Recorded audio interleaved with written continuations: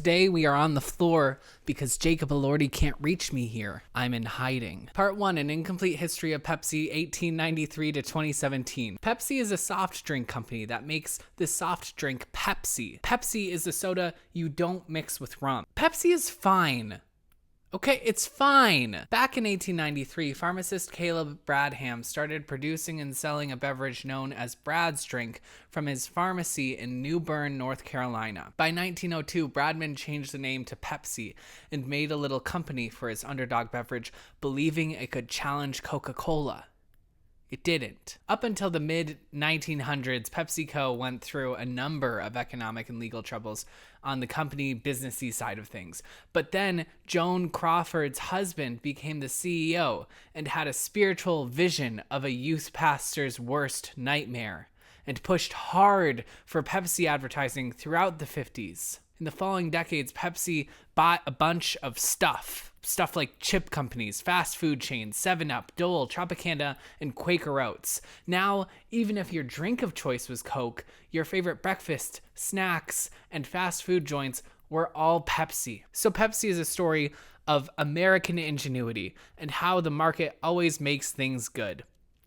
Capitalism is great. The end. Right? Wrong. It has been 80 seconds. Conflict must be introduced. The year is 2017, and Pepsi pulls their ad, Live for Now, after one day on the air. But why? Look, I know the Kylie Jenner Pepsi ad is bad, and we could just pick apart every single detail and have a jolly good time doing it. But this isn't commercial sins. The commercial opens up on someone opening a Pepsi, immediately followed by an Asian millennial playing a cello on a roof. We get some close-ups of him sweating. There seems to be some guitar. It seems very vibe-heavy, vibes-based. It's a interesting first step for a commercial. Maybe it's something about Pepsi and creativity, even though their best logos are from over 40 years ago at this point. But then we are immediately greeted by images of protest, montaged with the sweaty cellist and now a photographer in a hijab. The art and creativity angle feels more plausible, but that protest clip gives me pause. The montage continues, and we are greeted by a blonde Kendall Jenner modeling in the street while people march in the background. The music gets louder and louder. Suddenly, Jenner notices the protest while the chorus for Skip Marley's Lions plays and people march down the street. The cellist is back in his beanie, no longer sweating. He takes a sip from his Pepsi and looks out on the balcony where the hijabi woman crumples up a print of her negatives, frustrated until she too notices the protest. She then rushes to grab her camera and join the march while Marley continues his little tune and people start chanting something we are not privy to as an audience. The song breaks down, and we get a shot of two black men dancing in the street before Asian millennial starts playing cello with a guitarist also in the street. Cut to a new shot of Kendall Jenner. She's working, but notices the protest again, and this time she locks eyes with the cellist, who motions to her to follow the crowd. She smiles, takes off her blonde wig, wipes off her model lipstick, and joins the march, while the chorus of Lions picks up a second time. We get a second montage of the crowd, this time with a line of police officers. Jenner walks through the crowd, picks up a Pepsi from a bucket filled with ice, and carries on, walking past the cellist. We cut to the photographer for a moment while a lone Jenner walks up to a police officer and hands him a Pepsi, which he accepts. And okay, who thought this was a good idea? Part 2, Magic Elixir. I asked my friend in marketing if there was a special term for what Pepsi is doing here, and she said no. So I'm going to reference the position the Pepsi holds in this commercial as a magic elixir, an object which will solve all of your current problems and meet your desires instantaneously. Now, this observation defines all commercials, but what separates a commercial for a magic eraser with a Pepsi commercial is believability. Magic erasers exist to solve one specific problem, with the intrinsic value arriving from having solved that problem. Elixirs have a strong sense of logic and clarity, but the makers of magic elixirs smudge this clarity in order to bring their product into the abstract. Think like a watch or a perfume commercial, for a super explicit example. It's hard to advocate for an internal value of your product, so you focus on the external value, the status of the object, and its ability to lend you status instead. A successful commercial will connect the elixir to the object in a believable spell. You purchase X in order to enact Y. A commercial's job is to convince you the magic elixir is the only thing you need to enact this spell. All throughout the Live for Now commercial, we see creatives using Pepsi to enhance their craft and lead them to action in this protest. Pepsi is the magic elixir that keeps the cellist focused and the photographer inspired. Pepsi strengthens their crafts and thus strengthens their status within the scene. Then Kendall Jenner comes through and gives it to a cop whose craft should narratively be policing.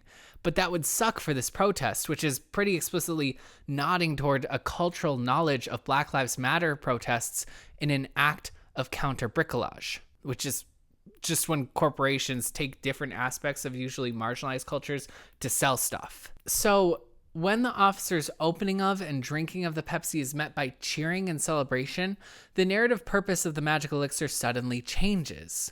The Pepsi no longer acts as an aid for one's craft or status, but as a catalyst for social change, and not just social change, but positive social change.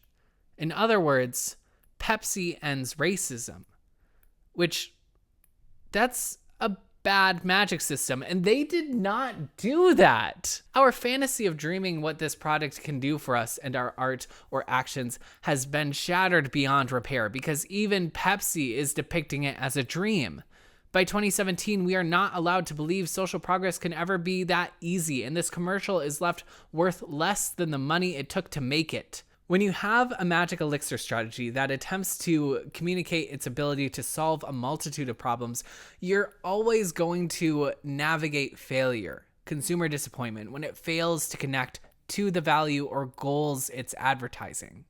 When I was asking my marketing friend if there was a marketing term for a product that would solve all your problems, she replied with, a scam. The magic elixir is pretty bad at describing what a product is and does, the actual quality of the thing, but it is good at crafting a narrative which you then associate an emotion or an internal value onto the product regardless of quality. It also helps that these commercials follow Campbell's structure of the monomyth a lot of the time.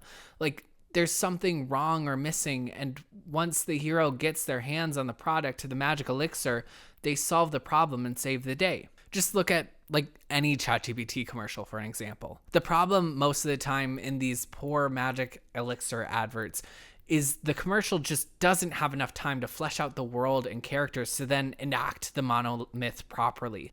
You know, the structure of problem, action, solutions. Then you get 40-minute videos titled Folgers Coffee Incest Commercial 2009. The thing is, Live for Now isn't bad because of its runtime.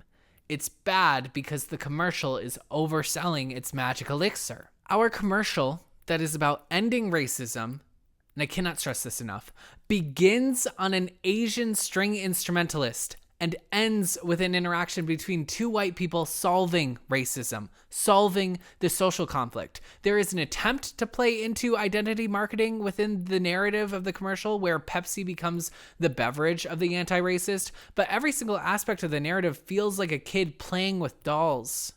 We get those lost artists that then find direction and inspiration in a moment of social reckoning, and they join dancers and crowds and recreate protest photos, and then Kendall Jenner solves the protest, solves police violence, solves racism by handing the cop a Pepsi, suggesting a solution embarrassingly juvenile and degrading as the violence carries on in our world. In order to believe Pepsi is somehow the most anti-racist soda, we have to first believe corporate capital consumption is an inherently anti-racist act. We have to believe Kylie Jenner is anti-racist, that the product of Pepsi is anti-racist. But not only that, we have to believe Pepsi is powerful, that it changes others. But of course it doesn't. So instead of rushing out to get Pepsi, we don't. We know this story. We know the snake oil. And we're bored. The magic elixir is not the desirable subject in the commercial. the end of racism is. But instead of showing how purchasing Pepsi in turn benefits Black Americans through job opportunities or philanthropy, a still kind of weak but decently successful strategy for smaller companies, the commercial very explicitly focuses on the consumption of Pepsi. This consumption, in turn, details a very DIY, individualist, bootstraps approach to solving a systemic issue. But unlike watches or perfumes or other successful magic elixirs, Pepsi is not a status symbol. Nobody's having a rum and Pepsi. Nobody should have a rum and Pepsi. You know what is iconic? Part 3, mass art and Gator wine. I got more Gator wine to talk about Gator wine. In 1992, Noel Carroll, aka Father Christmas, published the article The Nature of Mass Art, which would eventually lead to a book that shows up later in the 90s that defines mass art as art that is designed to be consumed by lots and lots of people. This is in the article. I don't know if it's in the book. I didn't read the book. I'm sorry. Woke British Spider-Man 2 is mass art. The Life of a Showgirl is mass art. This ad and this ad and this Mr. Beast video are all instances of mass art. But despite this, they all have different qualities, different things they do well or poorly, different sorts of values. I'm able to rank these works, and I'm able to argue beyond my taste the value of each of them. We think of mass art as being bad or disingenuous, but it can also be like very, very good. Despite its ability to become very good in its own right, I think the most valuable essence of mass art is its ability to teach us how to understand and interpret works of less accessible natures. You know, the avant-garde. I'm not embarrassed to say that I was a fan of Hamilton. Hamilton is good. It was designed to be accessible and likable, and it was through listening to Hamilton that I developed the skill set to understand and appreciate both the hip-hop canon and more experimental avant-garde works. I could not appreciate some rap songs, Jane Remover, or even the Griselda Crew without first understanding the history and the aesthetic rules and the values of hip-hop as a whole. Aesthetics Lin-Manuel Miranda explores through the styles and cadences of performances on display within Hamilton. My name is Jack. Being accessible should not negate a work's value. Rather, the existence of these objects dare us to ask again, what are these works doing?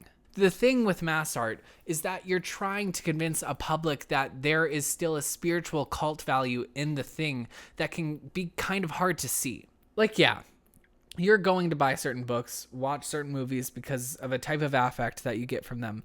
But while cult art cuts you right to the bones, knows you on a spiritual level, mass art is just trying to be liked enough. Not only by you, but by millions of other people. It's the reason why hotel art sucks. Mass art is art made craft. Decisions reevaluated and made comfortable, accessible, acceptable for the masses.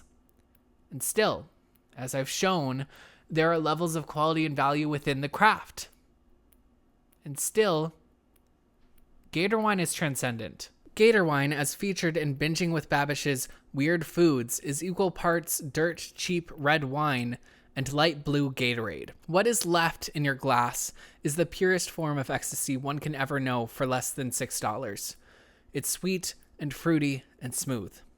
It's playful and delicate. It is the real adult Capri Sun. And it has, and will, upset many people. Pepsi could make Gator wine. I'd argue that they should make Gator wine because even if it sold miserably, it would be a bold statement. Not stuck in the shadow of Coke like a rum and Pepsi, but standing out in the world brash and confident. Gator wine as a product would spread. Trust me, it would spread. It would become the drink of the upcoming summer in Australia. And if it was a limited experiment, it wouldn't take long before the hype around the product would lead to TikToks DIYing the same recipe I'm currently showcasing. Pepsi is a company. They're making products to sell and ads to sell those products. The product must be good within its own purpose, within itself. Pepsi, like any other large corporation, makes the most money when their actions are the least decisive. Gator wine, though, Gator wine is decisive. Things need to be liked by the largest number of people. Otherwise, they need to become limited and attached to some sort of other brand people love. Innovation must be measured and tested and safe within the bounds of consumer expectations for the product. It must remain measured and tested and safe within the marketing. This isn't to say Pepsi or advertising is devoid of aesthetic quality, but that the qualities will often be less noticeable because we recognize them as copies from elsewhere. We know the meaning, we know the intent, we know the failure, and we're bored. Meanwhile, while Gator wine is indeed transcendent, I don't know if this is good. Like, it's cheap bad wine. It's C-tier Gatorade flavor. But the wonder comes from how much better the ingredients become at the interplay between one another. It doesn't taste amazing, but an experience is had. A great deal of the wonder comes from your expectations of the thing being bad and it actually turning out pretty okay. Now, it's always a joy when an object designed for mass consumption turns out to be exceptional. When Sinners exists and is both incredibly distinct and memorable and entertaining alongside being profitable and popular. But companies centered on profit are not usually interested in objects that aren't good, but better than they should be. They are interested in profit. And in theory, every action is centered within the framework of profit. Every position, every product, every ad, they're all to make more money. The fringe, though, the strange, the new, this is where progress happens. Always. Doesn't matter whether it's film or music or products for mass consumption, progress always involves risk. The job of marketing is to distill the value and sell the product anyway. Advertisements work best when they are aware of the purpose and the borders of their products. The Magic Eraser removes marks with ease and has no notable competitors. You buy it because it works. Any advertisement just has to convince you that it works. They identify the need. They sell the product that is specifically designed for that need. Pepsi, meanwhile, has to do more. They have to convince you of your need for soda than your need for their soda in direct competition with Coke.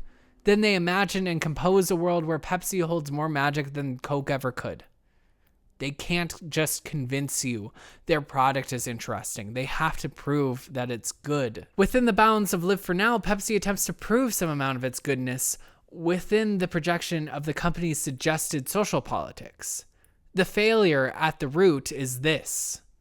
Any political statement must be vague enough as to not upset the detractors, but this vagueness in turn loses political supporters. There is no wonder or intrigue or novelty in the actual tangible product here, only a desperate attempt to sell you snake oil. The craft is weak. The work has failed. But maybe I'm being unfair. Maybe I'm projecting. So, for the sake of fairness, let's just hear what the president, Brad Jakeman, said on the advert initiative. Live for Now is considerably more than a positioning statement or a single ad creative. It is the central governing idea for the brand globally.